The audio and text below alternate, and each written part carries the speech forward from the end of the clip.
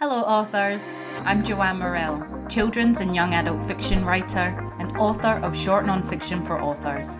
Thanks for joining me for the Hybrid Author podcast, sharing interviews from industry professionals to help you forge a career as a hybrid author, both independently and traditionally publishing your books. You can get the show notes for each episode and sign up for your free author pass over at the Hybrid Author website to discover your writing process, get tips on how to publish productively, and get comfortable promoting your books at www.hybridauthor.com.au. Let's crack on with the episode.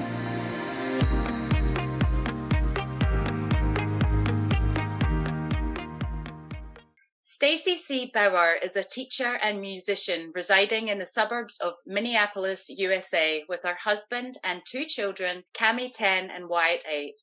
She is the author of the best-selling picture book series, Cami Kangaroo and Wyatt 2. In her spare time, Stacy feeds her book addiction by staying up late reading too many fantasy novels. She's also a lover of gardening, travel, playing games, but most of all, spending time with her gorgeous family. Wow. Welcome to the Hybrid Author podcast, Stacy. Thank you for having me. Why don't you start by telling us how you got into writing and publishing in the first place? Yeah, so I've been writing since I was a child, which, I'm sure is true of lots of authors out there. So I have notebooks full of stories and everything from when I was 7 years old and up. And then I went to college and became a teacher, and that kind of took over my life for a while, got married, had kids. And then about 4 or 5 years ago, I kind of came back to this dream that I've always had of publishing a book, of writing a real book and getting it published. And so I thought, you know what, I'm just going to do it. I was actually on leave from being a teacher with my son, Wyatt. So I thought I'm just going to do it because if I don't do it now, it's just not going to happen. And so I decided I want to make a book series about my kids, Cami and Wyatt, kind of like the Berenstain Bears, just funny things that they've done and lessons other people could learn. And so I made a list of different things my kids have done. And the first thing that came up was my daughter, Cami, when she was 2 and 3 years old, started sneaking treats. That's one of the earliest things that she did that I thought I could write a book about healthy eating and making good choices. And so that's kind of how the first book got started. Wonderful. That's great. So you self-publish under your own press. Did you ever consider going down the traditional publishing route, or was this just something you wanted to give a go? Yeah. So when I wrote my first draft of the first book, of course, I had no clue what to do. I didn't know any authors. I didn't know anybody in the publishing business. I had no experience in the publishing business. I didn't know anything.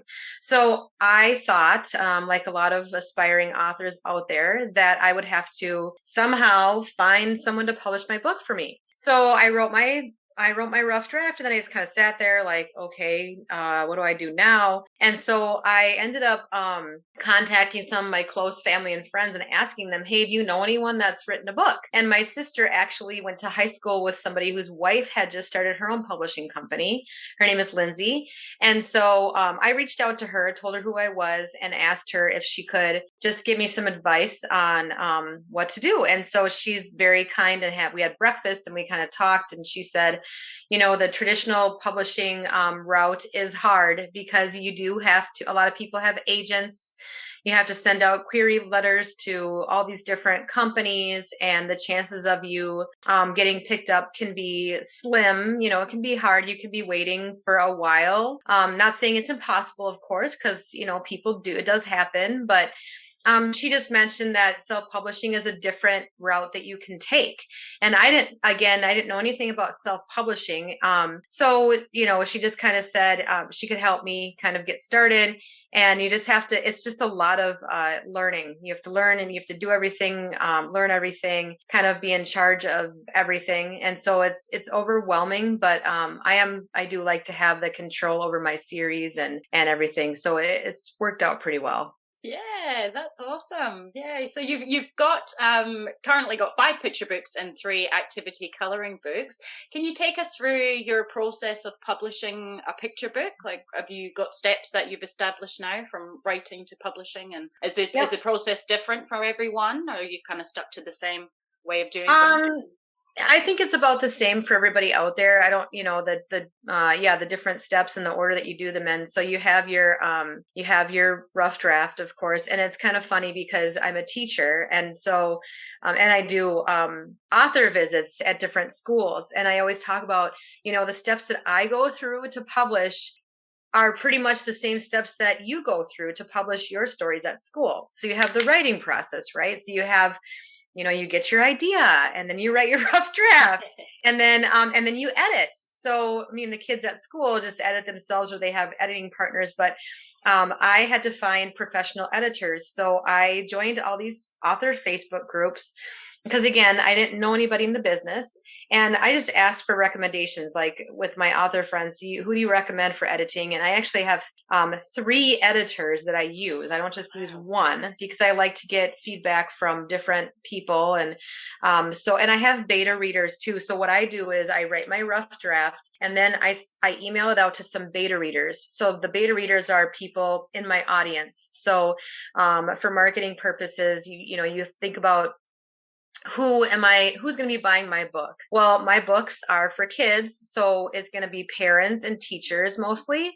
So my beta readers are parents and teachers. So I find them through Instagram and Facebook teacher groups and mom groups and things like that. I just say, I have a book coming out. This is what it's about. I'm interested in people who would be willing to read my rough draft and just give feedback, not editing the content, but just give feedback on, does it make sense? Does it flow? Just their initial thoughts. So after I do the rough draft, I email it out to the beta readers, probably 5 to 10 of those, and they read through it and give me their thoughts on the actual content of the story. And then I go ahead and I send it to my editors, and they also review the content, but they also do the grammar and punctuation and things like that. And then while that's going on, I have illustrations going on because I have picture books. So I actually found my illustrator on Pinterest. I, of course, didn't know anybody.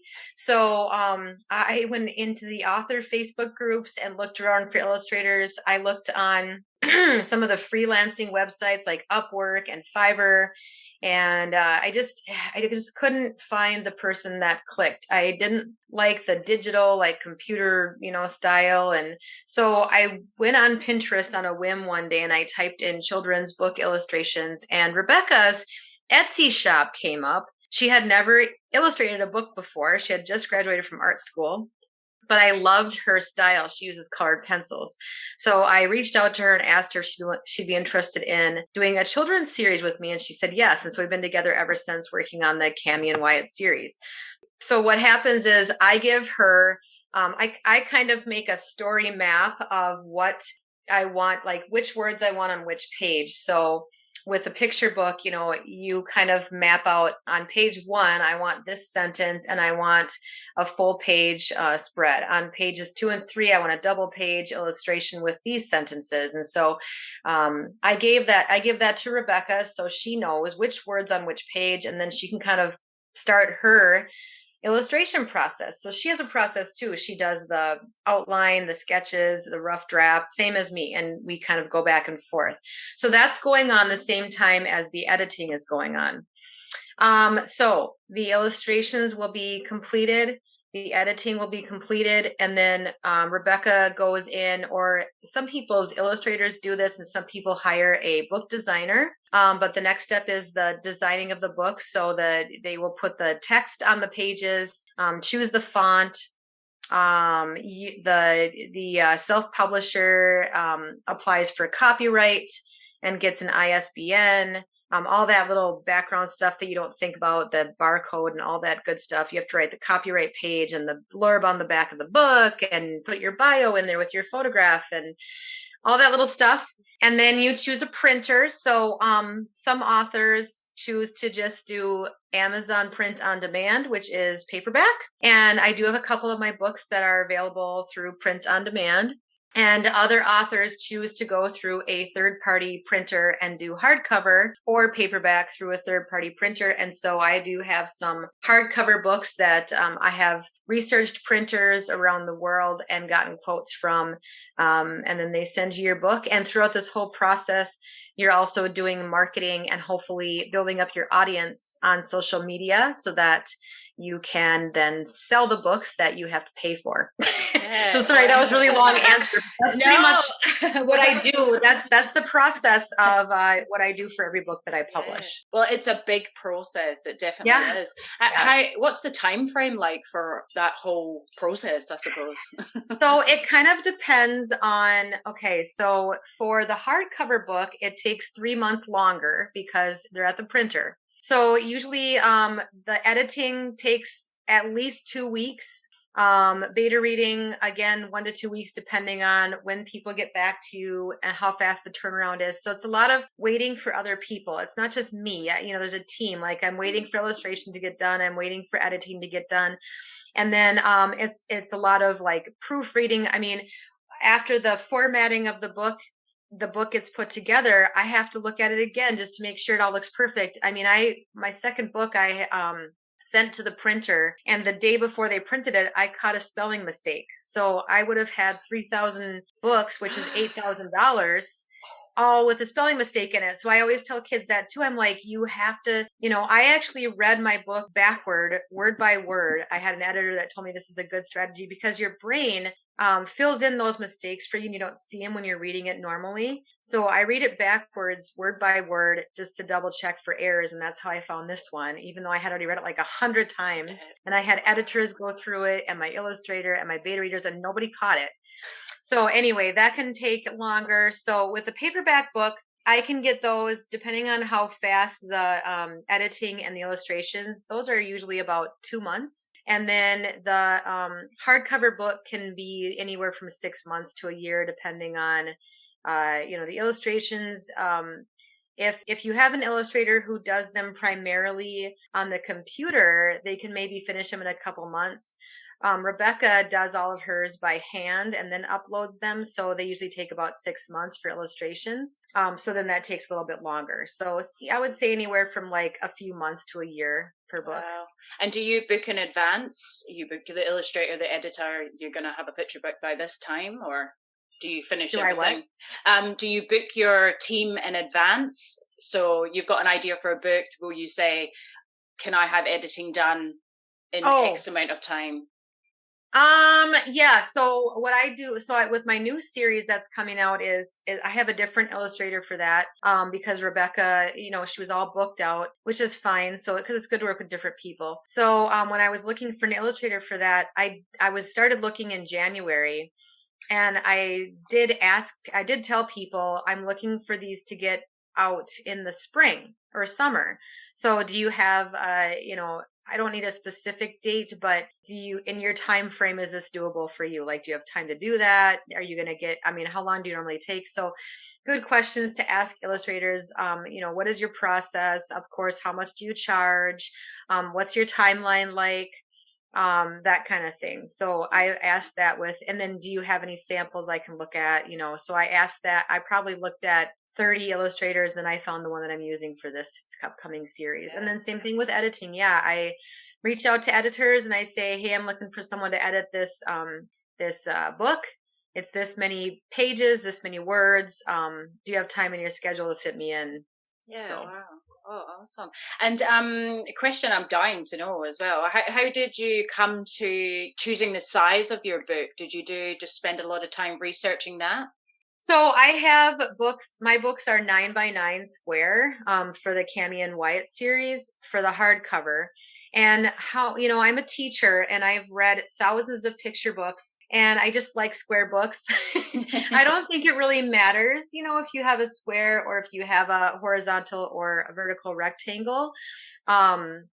But the size, I chose the 9x9 instead of like a 10x10 or an 8x8. I think the 8x8 is kind of small. I like to, when I read my books to other kids in the classroom or to my own children, you want them big enough so that they can see them. So, but then I had a few author friends who had told me that they used a 10x10, and with the 10x10 you have to pay more for shipping. So I ended up using a 9x9, and that ended up being a really good size. Now Amazon doesn't have a 9x9; they have an 8.5x8.5. So my paperback books are 8.5x8.5. And then for my new series, Young Changemakers, I ended up using an 8.5x11 because I just thought, since these are nonfiction. They're going to have photographs. They're going to have text features. They're going to have a lot more text. I thought it would be good to have the vertical 8.5x11 so that there's more space on the page to put the text on there then. Yeah, no, that's good points. So you touched on your book deliveries there. I've seen on social media the big book deliveries that you receive at your house.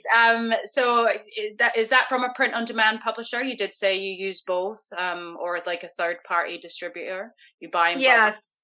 Yep. So with my first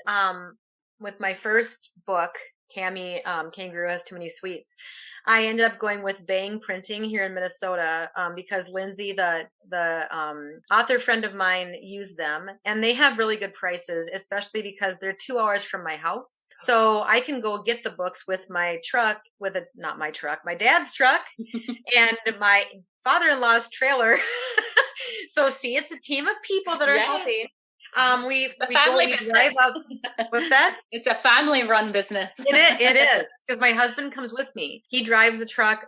He's gone up by himself too, because it's a 2-hour drive. So we drive up there, pick up the books, bring it back home, and then I'm not paying for shipping. So when you order 3,000 books from Bang Printing in Minnesota, I'm only paying like $1.60 a book. It's pretty inexpensive.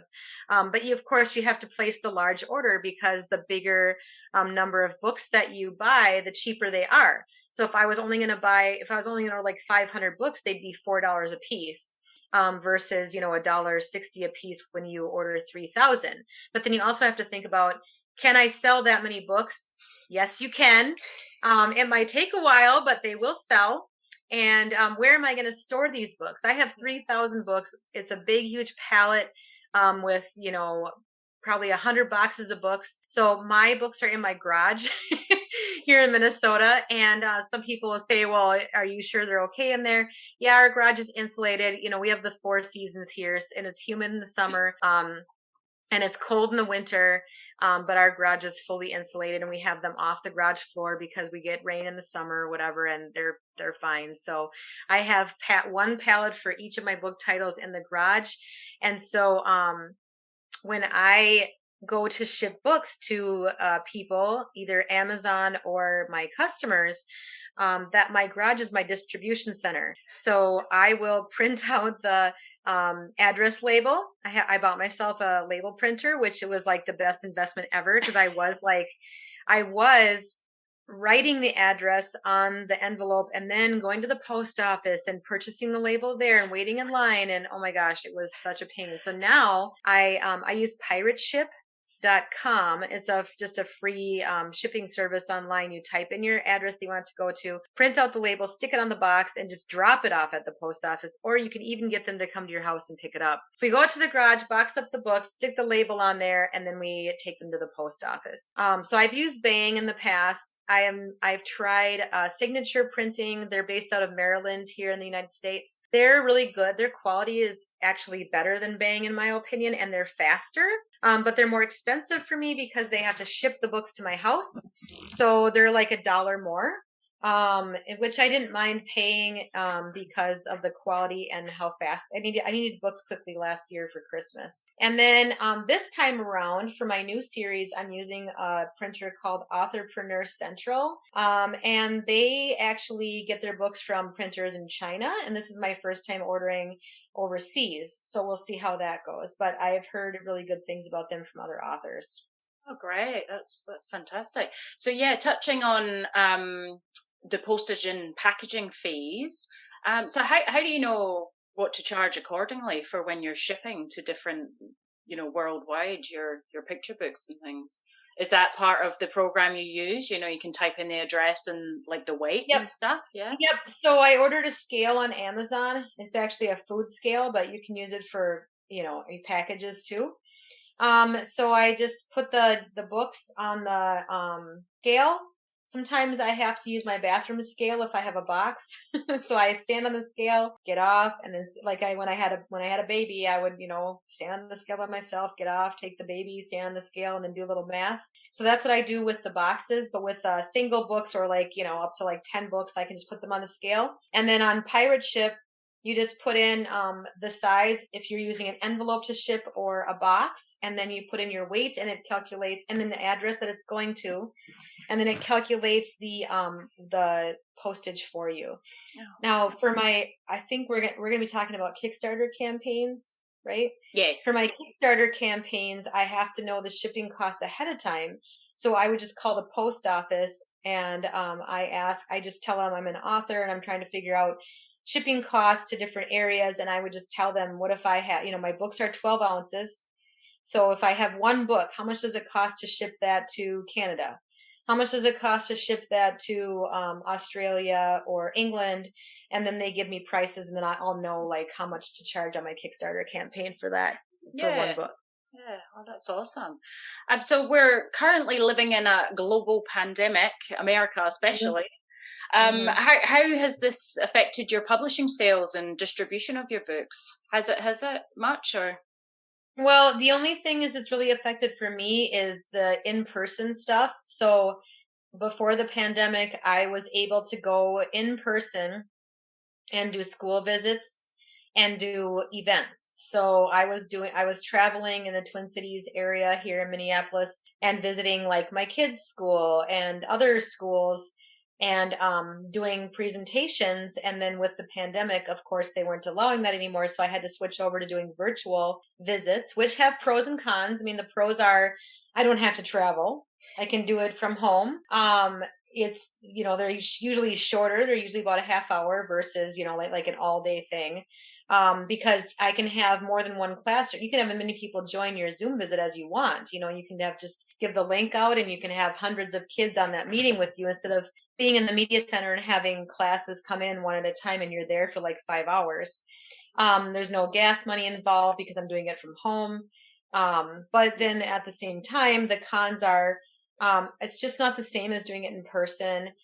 I don't usually sell as many books. I do have an order form that I send teachers, and they do send it home, but I don't know. It's just better to be in person for sales, because then the kids can see you and they can see your book in person, and to make those connections. And then the other part of that's been affected by the pandemic, of course, is the in-person events and things. I can't do author signings at bookstores anymore. Some of the bookstores that I had my books at actually closed down because they weren't getting any business because of the pandemic, which is really sad. I wasn't doing any boutiques or art fairs or any of those events, and we're doing a few now here in Minnesota outside because it's warm here, so people can be outside, and so I've done a few this summer. But usually in the winter, especially around Christmas time, we'll have gift boutiques and things, and we didn't have any of those things last year. So then you really have to get creative and direct people to buying from you online. Yeah, that's it. I suppose another plus about online chats is you can wear your PJ bottoms, your pajama bottoms. No one will know. Yeah, that's true.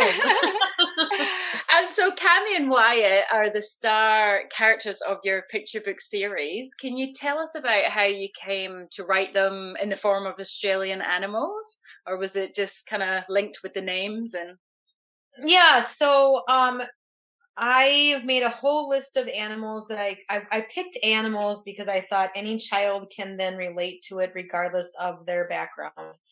And so then I thought, okay, which animal am I going to use? So I made a list of all these different animals that I thought could be mischievous, cats, bears, dogs, bunnies, raccoons, monkeys. And then actually one of my good friends told me, you should do kangaroos because they have the pouch. and they could keep stuff in their pouch and they can jump really high. And I thought, that's actually a really good idea. And there's not very many book series out there with kangaroos as the main characters. So that's kind of how that came about. And it worked out really well because in the first book, Cammy is sneaking treats. So she puts them in her pouch and she uses her strong legs to jump on top of the refrigerator and jump up in the pantry. And then in the second book, Cammy Kangaroo has too much stuff. She's hoarding her things in her pouch. So the pouch thing has worked out well. And then in I just wrote a Christmas book in November. I have them have some new neighbors and they're koalas. So then I have the little cute little koalas, and I was able to find a company out of China who they're called Got a Toy, and you give them a picture of your illustration and they make animals that look just like it. So now I have cute little stuffed kangaroos and koalas that look just like my characters, and so I can then sell those to go with the books. Yeah, that's amazing. I've saw your pictures of the kangaroos. So was that a good venture for you then, marketing wise? Yeah, Worth I feel like investing? it was. It's, that's another thing that was affected by the pandemic is I usually sell more of the stuffies in person, because people can see them and of course the kids love them and stuff. So with the pandemic and being kind of shut out of the schools and everything, I've been selling less of those. But I sold a lot of them. For Christmas, I would make gift sets with the plush and the books and sell those at a discount. And then, doing outdoor events this summer here in Minnesota, I always have them sitting on my table, and kids, of course, the parents probably hate me, but the kids will come up. The kids will come up and be like, "Oh, look at this stuffed animal," and the mom's like, "Oh," and I'm in my head, I'm like, "I'm sorry." So, they cost about $3 per stuffed animal to get them made and shipped from China, and then I sell them at in-person events. I sell them for $5, and online I sell them for $9.99 or for $15 for the set because they're not medium mail, so I have to pay for shipping, which can be a little bit more expensive than books. Yeah. So then I add the shipping in when I sell them online. Great. And your books being native animals, have you ever, of Australia, have you ever tried to pitch the books in Australia to either publishers or markets? No, I haven't. And, I have thought about doing that over the years. It's hard because shipping is so expensive. So since I have hardcover books and I ship them out myself, I just have trouble. I've had bookstores in Australia contact me to sell the books there, but when I tell them I'm in the States, they're kind of like, "Oh," because it is so, it costs $25 to ship one book, so it's so expensive. Nobody wants to pay shipping. So, yeah, I've thought about it and I just haven't done anything about it because I haven't found a good solution for how to get them there. Could you, how you've got a printer in the US, would you be able to find one? Maybe you could get them printed in Australia, maybe something like that. I could look at that as an option, definitely. Try to send my files over there. Then I'd have to have a warehouse in Australia to house the books, and then a distribution center. So I'm here in Minnesota. I'm the warehouse and the distributor, so I don't have to pay any of those fees because I'm storing them and sending them out myself. So if I felt like it would be a good market in Australia, I could figure out the fees for housing the books and sending them out and just pay that. Yeah, something to think about. So yeah. So I've noticed, and you've touched upon before, that the Cammy and Wyatt books are inspired by your children and things that you've noticed them doing, and they've all got kind of moral driven stories. I think Cammy and Wyatt practice patience, Cammy and Wyatt kindness too, and too much screen time. So do you just continue to watch what your children do and then come up with the ideas and then start writing the books that way, or it starts with that message first rather than you just starting to write? Yeah, kind of both. With the Too Many Sweets, I picked that one because that was one of the first things Cammy did. The Too Much Stuff came about because I have my list of things that my kids do, And I thought, and I try to choose topics that are relatable for a lot of families out there. And I thought, there's probably a lot of kids that have messy rooms and have trouble keeping their things organized. So that's why I chose that one. The screen time, my kids, they were a little upset that I wrote about that because they don't have too much screen time because I monitor it. So they're like, people are going to think that we're on our screens all the time. And I'm like, well, so I put a little note in the book that no, they are not on their screens all the time. But I chose that because I just feel like it's a really relatable topic right now, and kind of ironic because I chose it before the pandemic had even happened at all. And then when it came out in the midst of the pandemic. So I was like, okay, either this book is going to do really well because it's about having too much screen time and the kids they're doing distance learning on their devices for school right now, or it's going to tank because, I don't know. So it ended up doing really well. And then the patience, I just thought, okay, I want to write a book. So I have a book about, healthy eating. I have a book about being responsible and organized. I have a book about screen time. And then, I made the kindness book about being kind. So I thought, what's another virtue that we could work on besides kindness? And I thought patience is a good one. So I wrote the patience book. And then the Christmas book, I just wanted a holiday book, and we celebrate Christmas, my family and I do. And so the Christmas book is a story of friendship and including others, and the fact that Christmas, for my family anyway, isn't just about giving gifts. It's about family and love and everything. So, so I it kind of goes hand in hand. I think about what is a marketable idea, what's going to sell, what is I get the inspiration from my kids, but then I also think about what's relatable to my audience too. Yeah, no, that's great. And are your kids, because the books are sort of based on them, are they like celebrities in their suburb or at school? uh so my first book was published 3 years ago, so my daughter was 8. And so and my son was 5. So when I first started writing it, they were all gung-ho. They were super excited. Now they're not very excited anymore because my daughter's now almost 12. And so I don't know, kids at school, they can be mean, and they'll call her Cammy Kangaroo. And at first it bothered her. And now I know, kids. And I told her, I said, I can stop. I'll stop using your name. So I tell authors, if I was going to do it again, I wouldn't use their names at all. I just wouldn't do it. When I asked them in the beginning, they said they wanted me to. Well, they were little. They didn't know. They were 7 and 4. They were like, yeah, use our names. Well, then as they got older, my son doesn't care. He's a boy. I don't want to generalize, but he's not as self-conscious as Cammy is. He doesn't really care if I use his name.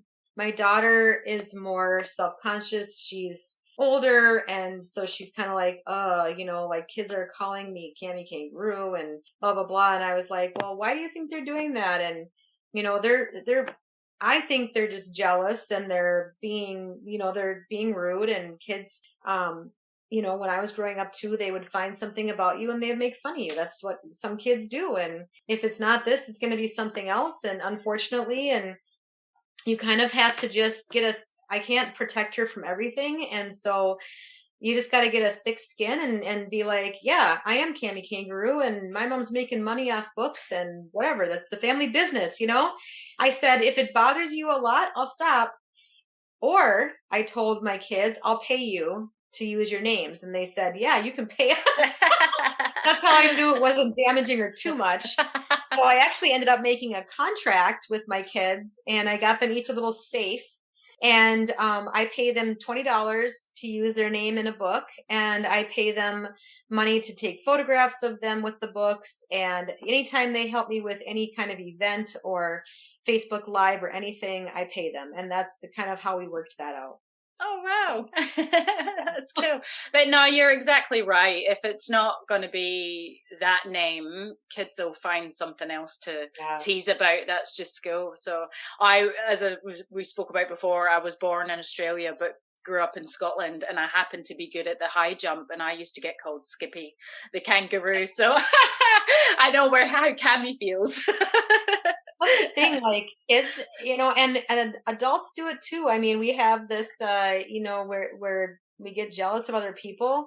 We're insecure about ourselves. And so we find something about other people to bring them down and make ourselves feel better. And that's what's happening to her. And it happens to my son, but in different ways.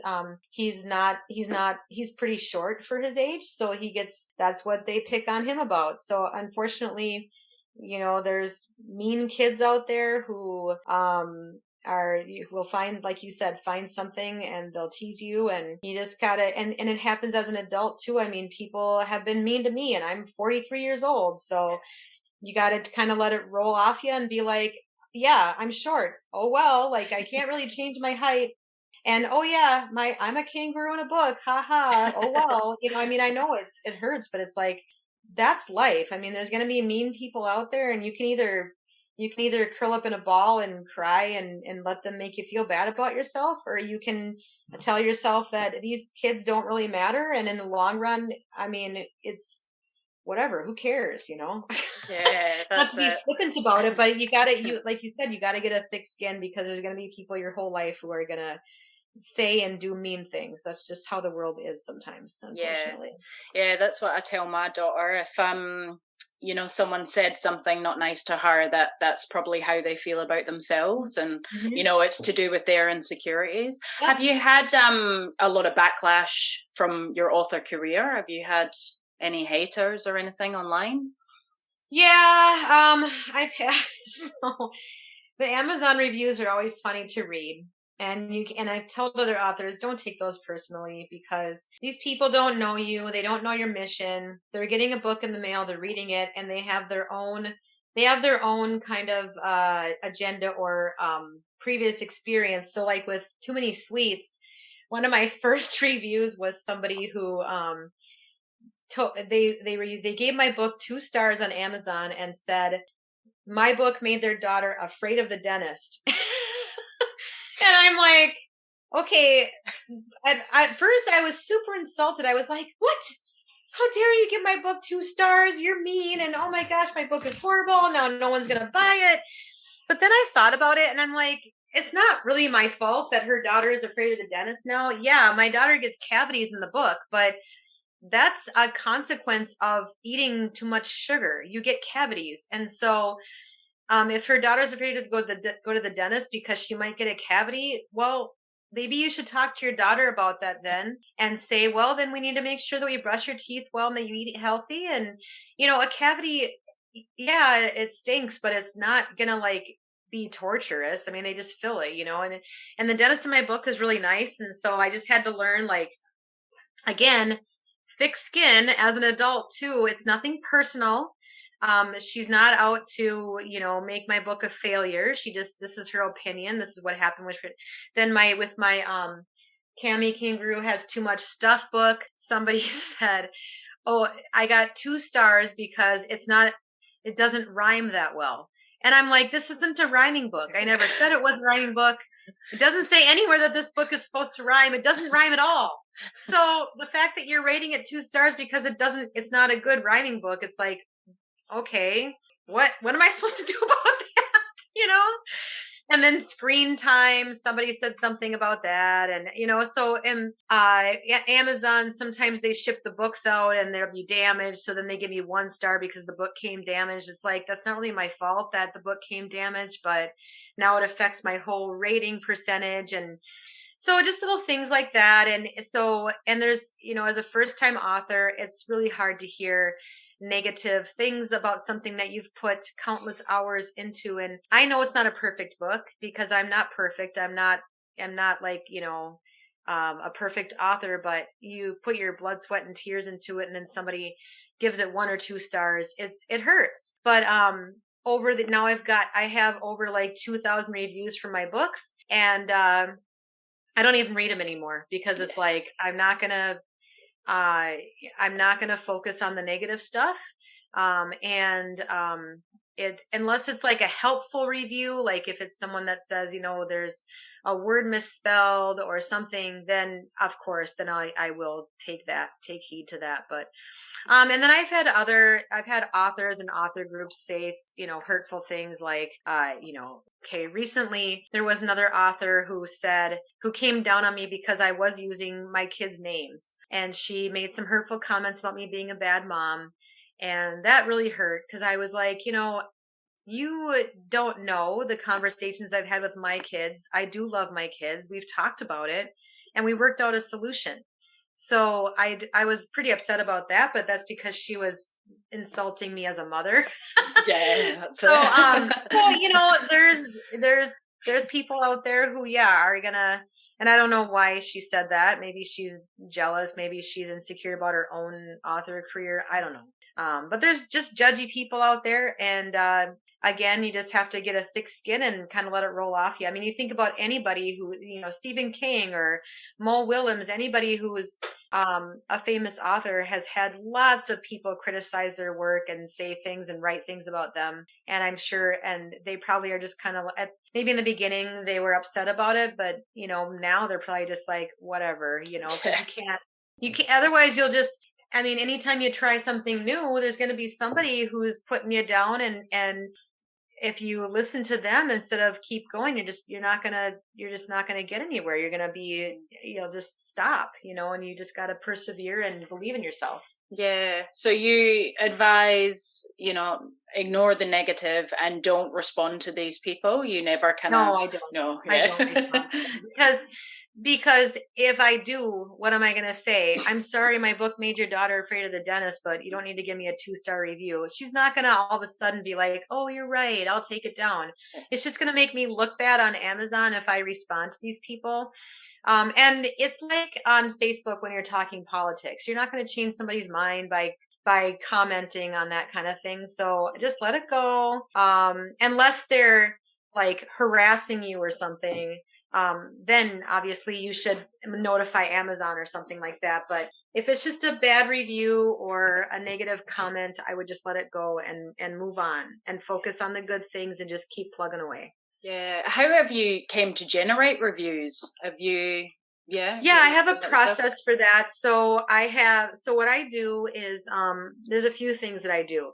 The number one thing that I do, of course, is build up my audience. So I have several thousand followers on Facebook and Instagram, and I have 3,000 website subscribers.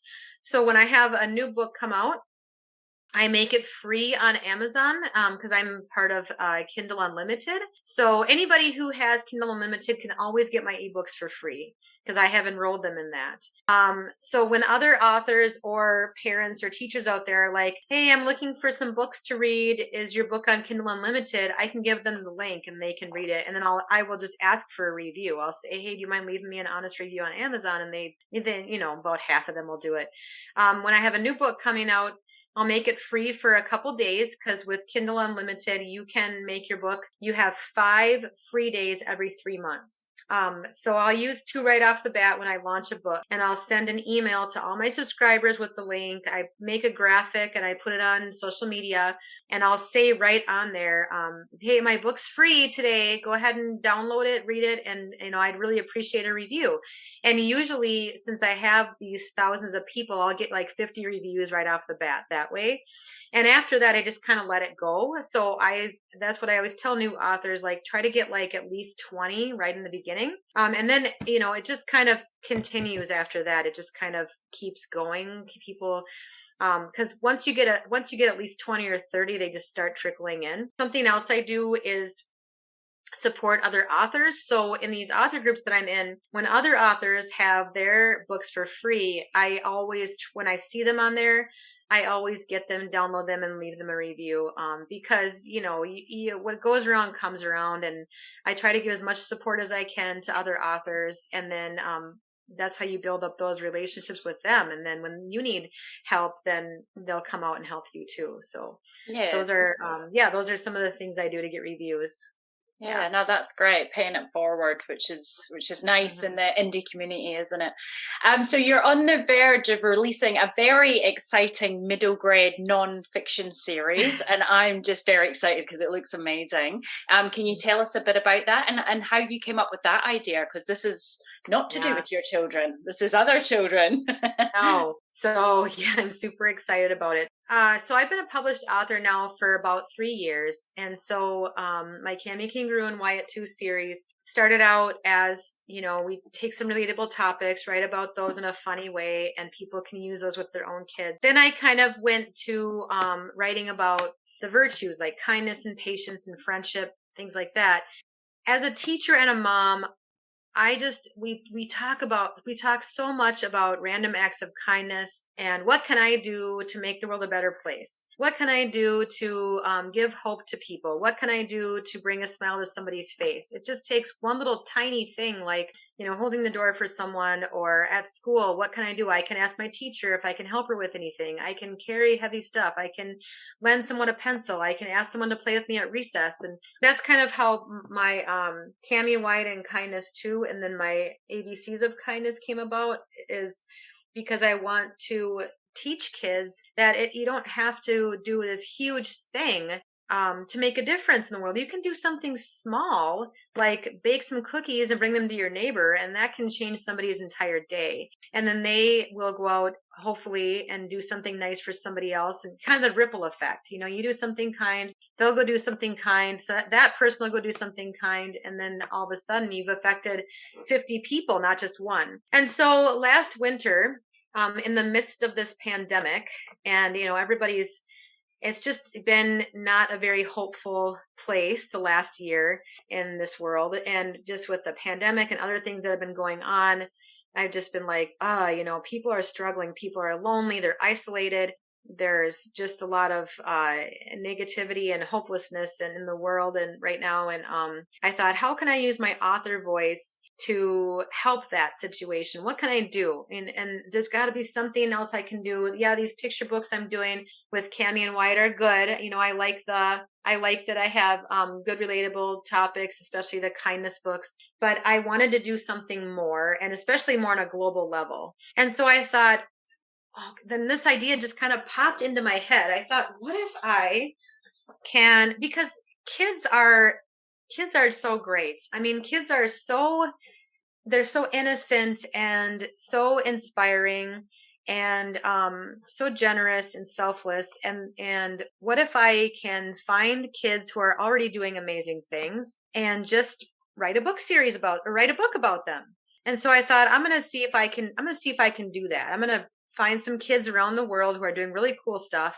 And it can be something really simple. It can be something really big, whatever, just anything that is helping somebody or something around the world. And I'm going to see if I can contact them, and I'm going to see if I can write about them. So that idea came to me around December, January. I thought, okay, now I have my idea for this book. And I'm going to see if I can find some kids. And I actually started out by looking on Instagram. So I just typed in the hashtag kids helping kids or inspiring kids, things like that. And I found so many kids that are doing so many really awesome things. I also put it out on social media.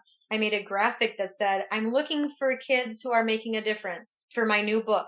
If you know anybody, please contact me. And I had people coming out of the woodwork like, oh, my friend's daughter is, donating supplies to the animal shelter. And my son is having lemonade stands, and instead of using the money for himself, he's giving it to the children's hospital. And I was just like, oh my gosh. And it just made me feel so inspired. Like, wow, there is hope for the world. There's all these kids doing so many awesome things. And they're just doing it because they want to help. They're not doing it to get any personal gain at all. And so then I went from one book to 4 because I just kept finding so many kids that are helping animals and the environment and other people and sick kids. And so I started making lists, and then it just kind of took off from there. So I interviewed illustrators, and I found Emanuela, and so since this is a nonfiction series, it's a bit more complicated because I had to get a book designer. So I hired Travis, and so he is the one who helped put the text features in there, and he puts the illustrations in there and the photographs that I'm using, and just lays it all out so it looks awesome. And then I have to involve the parents because a lot of these kids are under 18. Some of the kids are older than 18 because they started this years ago when they were a child, and now they're in college. So I can just talk directly to them.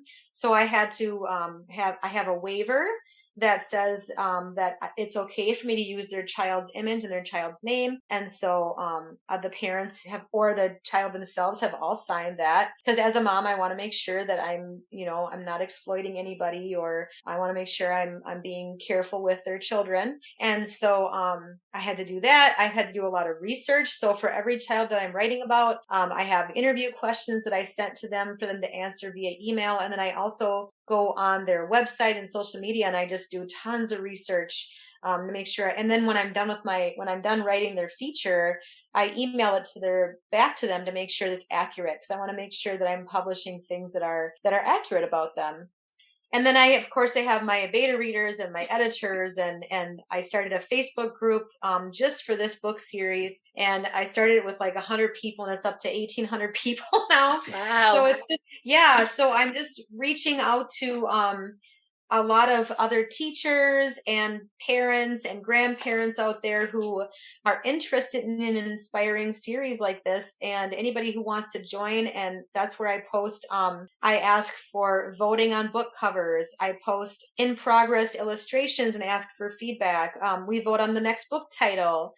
I post sneak peeks of the kids. And so, it's just all behind the scenes. Like, I'm going to take you along for the ride until this gets out into the world. And throughout the process, again, people are still sending me names of kids to use. And so now we're up to 7 books. Oh, and I'm wow. like, I have to stop. I can't, I may do more in the future, but we're just kind of like, I don't know. I'm like, okay, I have to cut it off at 84 kids, because I decided to have each book have 12 kids, because I thought, okay, if the average children's book is 32 pages, so if I have 3 pages per child times 12, that's 36. And then I have the table of contents and the author bio.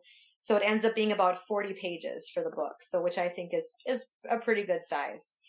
So anyway, that's how I got the idea, and that's kind of how it came about. Yeah, that it's incredible. I cannot wait to read that when it comes out, and it's so good that there's so many stories still coming your way, and it sounds like a really good series that the world needs at this point, for sure. Yeah, I kind of feel like that too. Like, it's to look at these kids who are 5, 6, 7, 8, 9, 10 teenagers, and know that they're doing this just to be kind. And I mean, there's some kids who have started. There's a lot of these kids have started their own organizations and charities, and they're like 10 years old, and they run their own, like, I mean, yeah, they have their parents helping them, but they're doing a lot of the work themselves, like picking up recycling on the beach every single day. Or there's kids that, instead of having birthday parties, they just ask people to donate money, and then they take all that and they give it away. And it's like, gosh, just something simple like that. Like, I don't want any gifts for myself. I just want to help other people. I mean, it's just so neat. It's made me feel very inspired. Every time I research a kid, I just get super excited and inspired. And I tell my husband, oh my gosh, look what this kid's doing. And oh my gosh, look what this kid, it just makes me get so excited and inspired. So I'm really hoping that my mission with this series is that not only am I getting the child's organization out there for people to help their cause, but I'm really hoping that it inspires other people. No matter what your age, you can make a difference. Like, no matter if you're 3 years old to 90, you can do something that does something to help someone out there. And if we all did something every day, it would be such a would be a better place, Yeah, that's wonderful. There's a little bit of that happening at our school at the moment. There was a little boy in my daughter's class who's 7, he's just been diagnosed with brain cancer, and his Oh, little friend she just instantly said, what can I do to help? And she oh, just put it out there that she was going to walk around the streets in our local suburb. But I don't know how much she actually done to raise some money to donate to her friends. yay. So, and it was That is lovely. so Yeah. awesome. So it's That really is nice. so Yeah. And cool. there's little other kids kind of doing like shaving the head and just a lot of Mm-hmm. little things popping up, which is really nice to see. Mm-hmm. So, yeah. So you are very creative and clever and proactive with your marketing and promotion of your work. I'm in awe watching you on Facebook with the things you do. Can you tell us what's been the best and the worst ideas you've had about spreading your word for your work? Yeah. The best probably is just simply putting myself out there. It can be very intimidating. When I first started, I'm an introvert. I'm a friendly introvert. I like talking to What? people. I Really? know, isn't that? I know. People are like, you are not. I'm like, yes, Yes. I am. I would much rather just sit in my house and not talk to anyone. um, I like meeting new people and I like talking to people, but it really drains me. It takes a lot of energy for me to get out there and be friendly and be bubbly, because afterwards I have to go home and just like not talk to anyone, and it's hard because I can't, because I have little kids. So then when they go to bed, I'm just kind of like, okay. And I tell my husband, don't talk to me for like a half hour. And he's like, okay, because he's an extrovert, so he gets energy from other people and by talking to other people, and I'm the opposite. I'm talking to other people so much and it just drains me. So and a lot of authors are like that. A lot of authors would like to just write the book and have it sell itself and not have to do anything to sell it. And I understand that. I would love if that would happen. But unfortunately, for self-published authors, we are also the salespeople. We are the marketers. We are the social media people. We're the website designers. We wear a lot of different hats. So unless you have the money to pay someone else to sell your book, you have to do it yourself. So I had to kind of get over my fear because I had the fear too. I don't want to bother people. I don't want to bother people by trying to sell my book. What if my book is no good and nobody wants to buy it? You have all those doubting thoughts in your head. And some people don't have that, but I did. And I just had to basically fake it in the beginning. I had to say, you know what? Everyone's going to love my book. And if they don't, oh, well, I will find them. I'm going to find people who are going to buy this book. And I had to fake it in the beginning. I had to tell people this book is, I mean, of course I thought my book was awesome, but I had doubts about it. So I had to act like I had total confidence, and this book is amazing and you're going to love it. And this is why. And so, you have to have the right mindset that you're going to be a success. And even if you don't feel it deep down at first, just act like you do, and eventually you will. It's kind of like that thing, like you just keep telling yourself over and over, whatever thought. I read this article once, like you have the same thought in your brain like 7 times or something, and that's what you're going to believe or something like that. So if you just keep telling yourself that, you're going to be a success, eventually you will believe it. And you might still have those doubting thoughts, but you just have to train your brain to think a different way. The number one marketing tip I tell people is you need to get yourself out there. You can't just make a book, put it on Amazon and start spamming your link all over the place on Facebook or whatever and be like, oh, look, here's my book, buy it. Here's my book, buy it. No, people, there's millions of books out there. Why should they buy yours? You have to give them a why. Why do they need your book? Does your book solve a problem? Great. What is it? Is your book funny? That's good. We need funny books. Is your book going to inspire people? Is your book going to help people make with their kids in some way? Is your book going to help teachers? Whatever. You need to figure out who your audience is and then you need to find your audience, and you need to market your book in a way that is going to get them to want to buy your book. So that's kind of the number one thing. You find your audience, and you put yourself out there and you somehow get them interested and get them buying your book. So, and it's a lot of work. It's not easy because it takes a lot of time. Like I said, if you don't have the funds to pay somebody else to do it for you, you're spending countless hours finding your audience and figuring out the best way to get them to purchase. So that being said, a trap that I found myself in is I just try to do too much and I overwhelm myself. I tend to I find I'm in all these author groups and I find all these awesome ideas and I try to do all of them. And that doesn't work. So I am on Facebook, Instagram, Pinterest, TikTok, YouTube, Twitter, LinkedIn. I'm on all these different platforms and I've done hardly anything for any of them except Facebook and Instagram.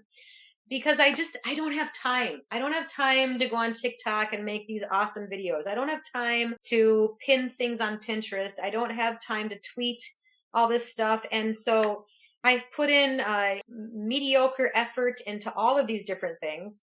And so my advice to people is find two that you can put a lot of effort into, because the ones that you put a lot of effort into are the ones that you're going to get a lot out of. And it kind of depends on your audience. So if your audience is teenagers, then TikTok is probably a good place for you to spend a lot of time on. If your audience is teachers, maybe there's a huge teacher community on Twitter and Instagram. So maybe those two would be a good for you. If your audience is I don't know, if your audience is kids, maybe YouTube, because a lot of younger kids don't have social media, but they watch videos on YouTube. So you could be making videos of your books or read alouds and putting those on YouTube. I do have a YouTube channel with read alouds on it, but I don't do a lot with it because I just don't have time. There's just too much to do. And I'm only one person. I can't afford to hire a lot of virtual assistants to help me manage all these different channels. So just you're going to just burn out really quickly and you won't do anything well if you try to spread yourself too thin. So I would just start out and people are like, well, do I need to be on Facebook? Do I need to be on Instagram? Do I need to have a website? No, you don't have to, but you should, unless you're selling your books on your website. The website's not super necessary. I have a website because I have a store on my website. I also do school visits and they can book it on my website. And I'm also an author coach. So my website has multiple purposes. If you just have one book out, it's not necessary for you to have a website if you're selling on Amazon. That you don't need a website. So don't worry about that right away. Don't pay somebody or spend like I did. I spent thousands of hours trying to build a website. I am not a website designer. I don't do well with coding and all that stuff.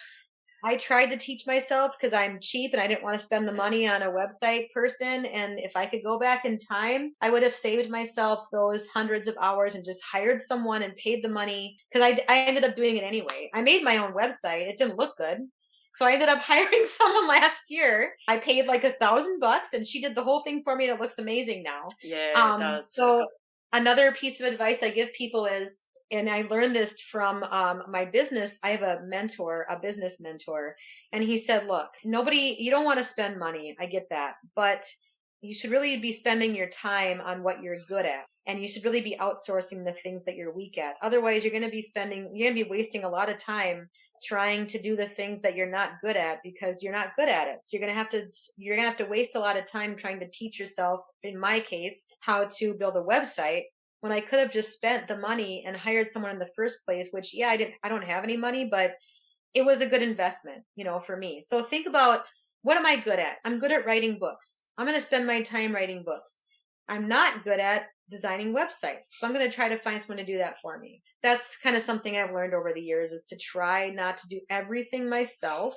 I hired someone to get my finances in order because it's something I've been putting off. And I just was trying to do it myself and I wasn't doing a very good job of staying organized, and she got everything organized for me. So that's another area, that I wasn't doing a very good job at. So I hired someone to help me with it. If you are not good at keeping up with your social media, you can find a college student or a high school kid who are awesome at social media and get them to manage your account.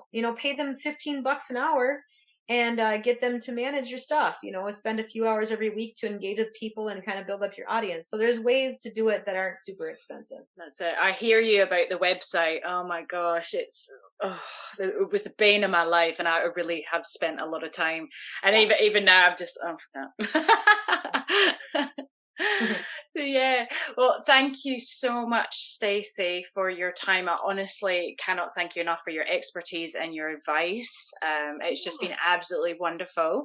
Can you tell us where we can find you and your work in store and online? Sure. So my Cami Kangaroo books are all on Amazon. They're also at stacycbauer.com. stacycbauer.com also has my author school. So I've created classes on how to do Kickstarters, how to get reviews for your books, how to market your books. I have all that stuff on there. I have a blog where I write, put tips up for other authors, and I also have a free monthly self-publishing newsletter that you can subscribe to if you are an aspiring author or you are an author and you want my tips. And then my new series is actually launching on Wednesday in like 5 days. I know I've been working on it since January, so it feels like it's just never going to happen, but now it's coming up really quickly, of course. So I'm trying to get everything ready I'm launching that on Kickstarter. So I'm trying to raise.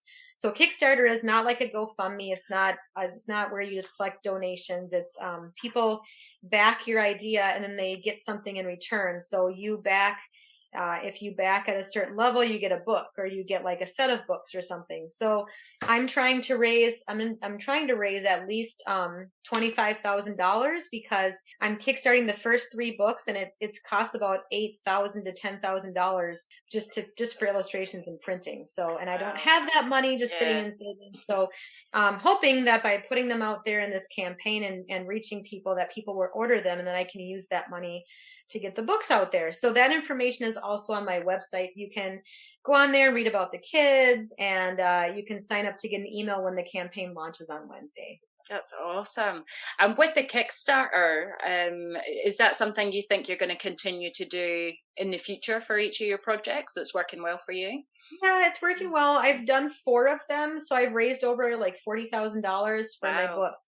So Kickstarter is a lot of work, like anything in the self-publishing world. If you want to be successful, you got to really put a lot into it. The number one thing is you have to have an audience who cares about your project. You can't just throw your book up there and start giving people the link, just like when you launch a book on Amazon.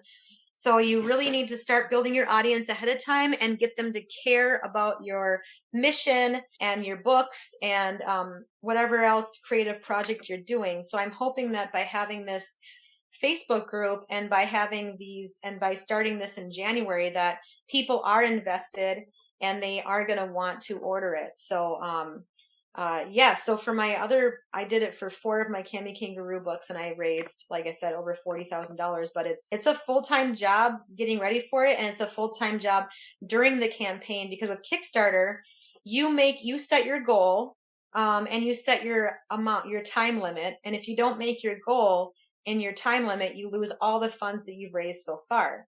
So I know it's a little stressful. So if I set my time limit for 2 weeks and my goal is $5,000, if I raise $4,000 and my time period ends, I don't get any of that. I get nothing. So I always tell people, you're pledging to my campaign with your credit card, but your credit card does not get charged until my campaign is over, and only if I reach my goal. So, because people say, well, I don't get paid till Friday. And I'm like, well, you don't have to have the money right now. You only need it in whatever, 2 weeks or 30 days or whatever, and only if I make my goal. So with young change makers, I'm going to do 30-day campaign. I'm going to set my goal, I think somewhere around 25,000.